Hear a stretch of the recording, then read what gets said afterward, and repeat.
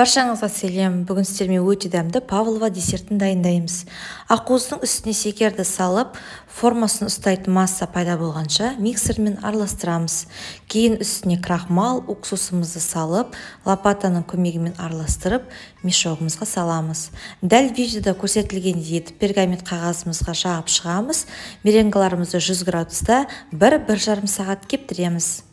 Енді креміне кірісеміз. Творожный сырға сахарный пудраны салып, 1-2 минут миксерлеп, кейін сливкімізді құйып, араластырамыз.